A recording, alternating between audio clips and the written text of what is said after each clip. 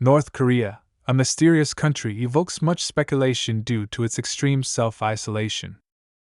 In fact, if you know a bit about North Korea, you'll realize that 50 years ago, it was a vibrant nation with an economy that was not inferior to South Korea's. With the help of the Soviet Union, its per capita GDP exceeded $200, at one point surpassing China's. Unlike now, at that time, South Korea felt a constant threat of annexation by North Korea, and the so-called defectors escaping from North Korea to South Korea were virtually non-existent. Unfortunately, all this prosperity vanished in the 1990s.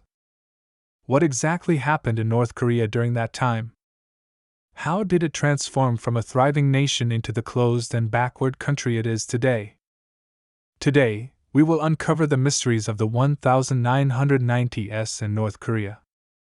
After the Korean War armistice, Kim Il-sung officially took power in North Korea. However, as an agricultural country with an area of about 120,000 square kilometers, of which 80% is mountains and hills, and with relatively low temperatures, North Korea could only harvest crops once a year. These conditions greatly limited agricultural output, making the country barely self-sufficient in food. Yet, in the 1950s, North Korea's GDP growth rate once reached 20% to 30%, surpassing South Korea's post-war recovery rate. What was North Korea's secret? It was simple: it relied entirely on the Soviet Union's help. For post-war reconstruction, Kim Il-sung did not initially turn to China but sought assistance from the Soviet Union, hoping to obtain money and materials from them. However, things did not go as smoothly as Kim had imagined. 3 days after the Korean War armistice was signed, North Korea submitted a detailed war damage report and a formal government request to the Soviet embassy, asking for Soviet experts to help draft an economic recovery and industrial construction plan. Even though the Soviet Union was willing to help, its aid was aimed primarily at meeting North Korea's basic needs, with a focus on solving economic problems internally as much as possible. The Soviet Union decided to provide North Korea with 1 billion rubles in aid to restore the damaged national economy. Kim Il-sung was asked to come to Moscow to discuss the use of this 1 billion rubles.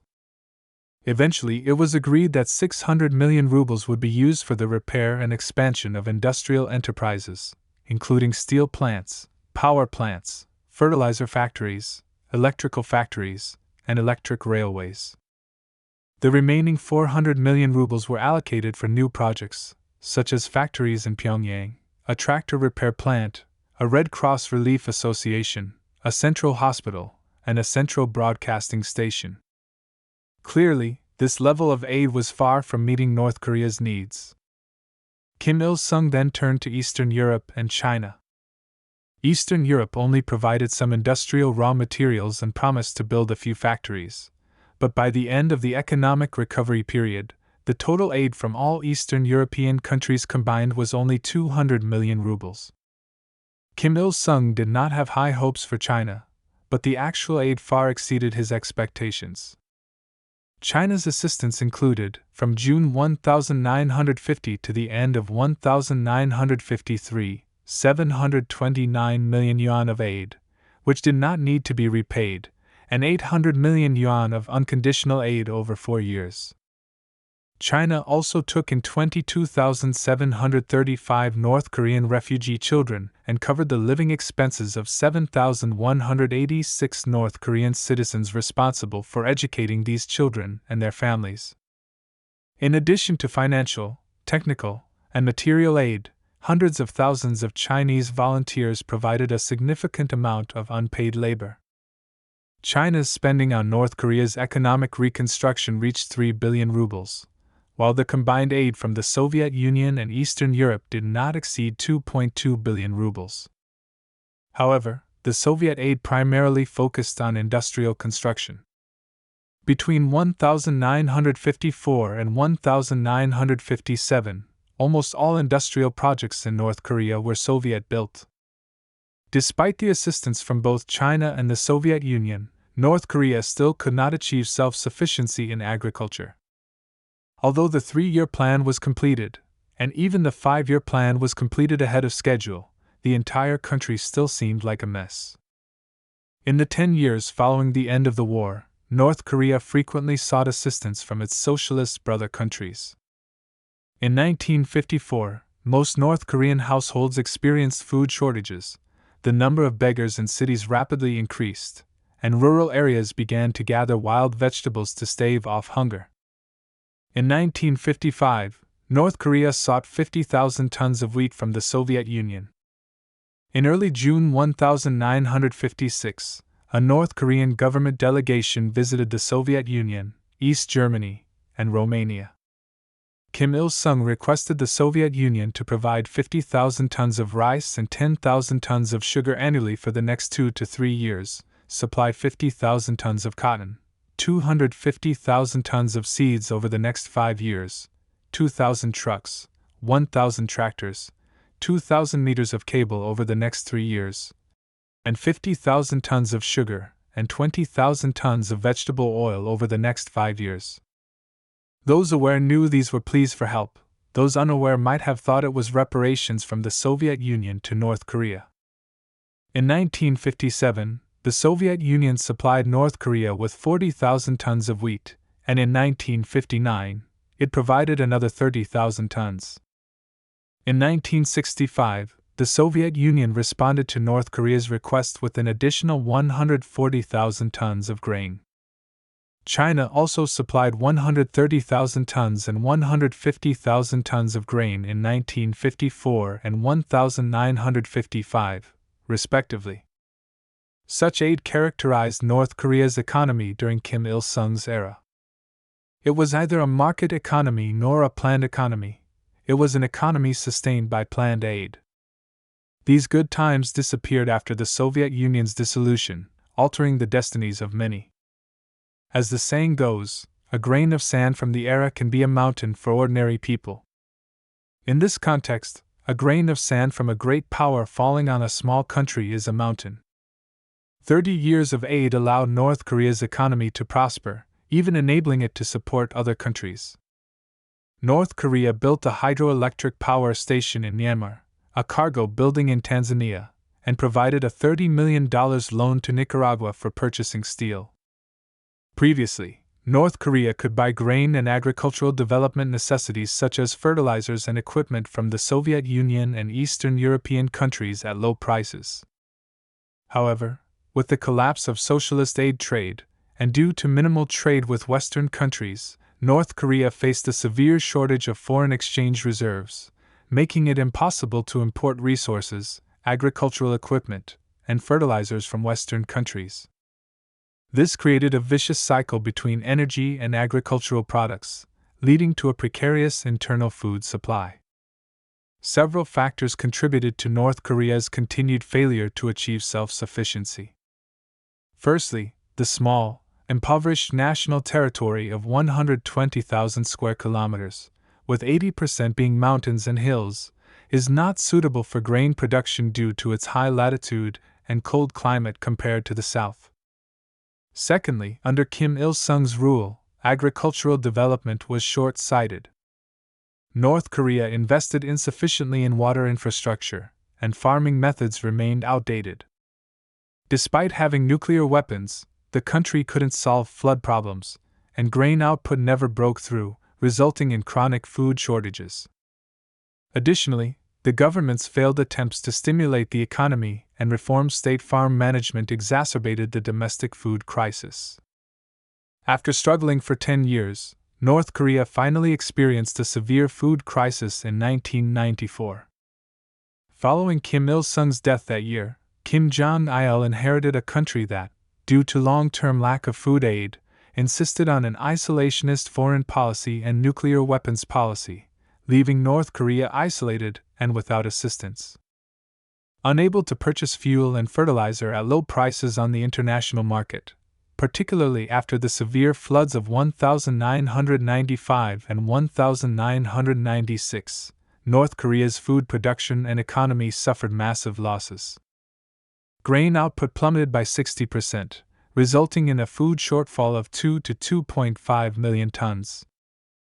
Data shows that from 1991 to 1994, North Korea's grain imports were 1.3 million tons, 830,000 tons, 1.28 million tons, and 360,000 tons, respectively. As foreign exchange reserves dwindled, the grain purchases became increasingly insufficient. Despite this situation, North Korea still spent $6 billion to maintain 1.2 million troops near the 38th parallel, further exacerbating the food system's woes. On January 1, 1996, the North Korean newspaper Radong Sinmun published a New Year statement acknowledging the famine and economic difficulties North Korea faced, urging citizens to fight like Kim Il-sung did when he led the anti-Japanese guerrilla forces in Manchuria against the Japanese army. From then on, the North Korean famine gained a new synonym, the arduous march.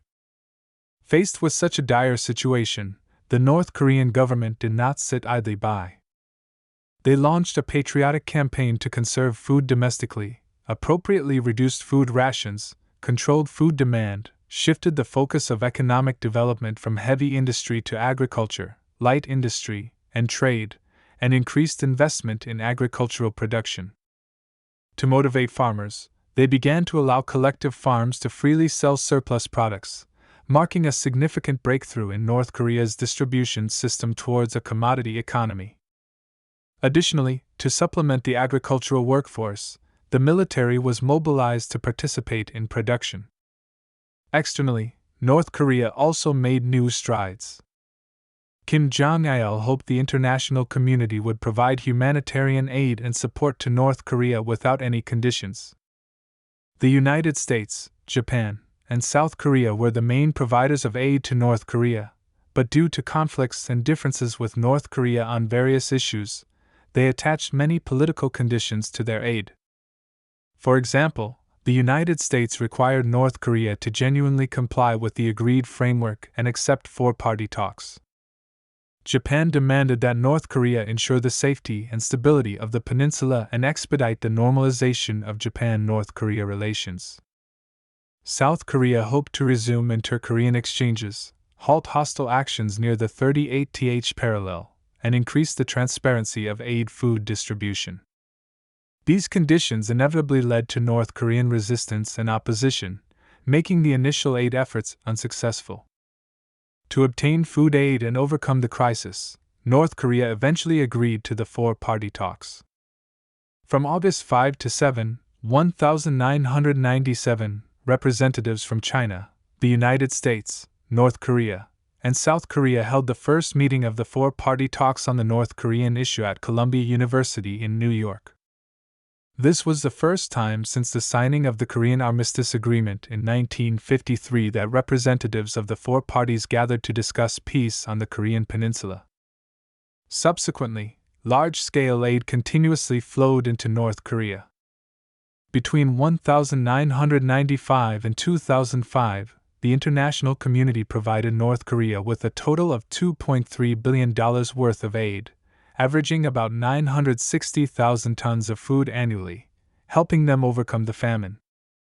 By around 2000, food was no longer a critical issue, and North Korea emerged from the shadow of mass starvation, transitioning into a state of chronic hunger.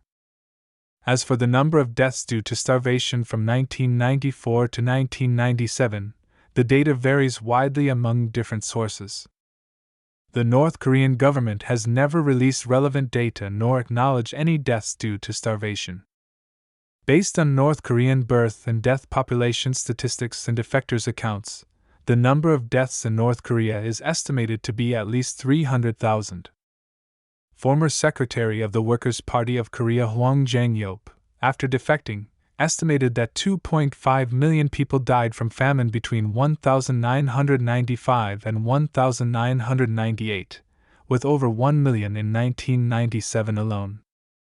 To this day, North Korea is still plagued by food issues, and the term arduous march has become a taboo in North Korea. The key to solving North Korea's food problem has never been about how to get more aid but depends on North Korea's own changes.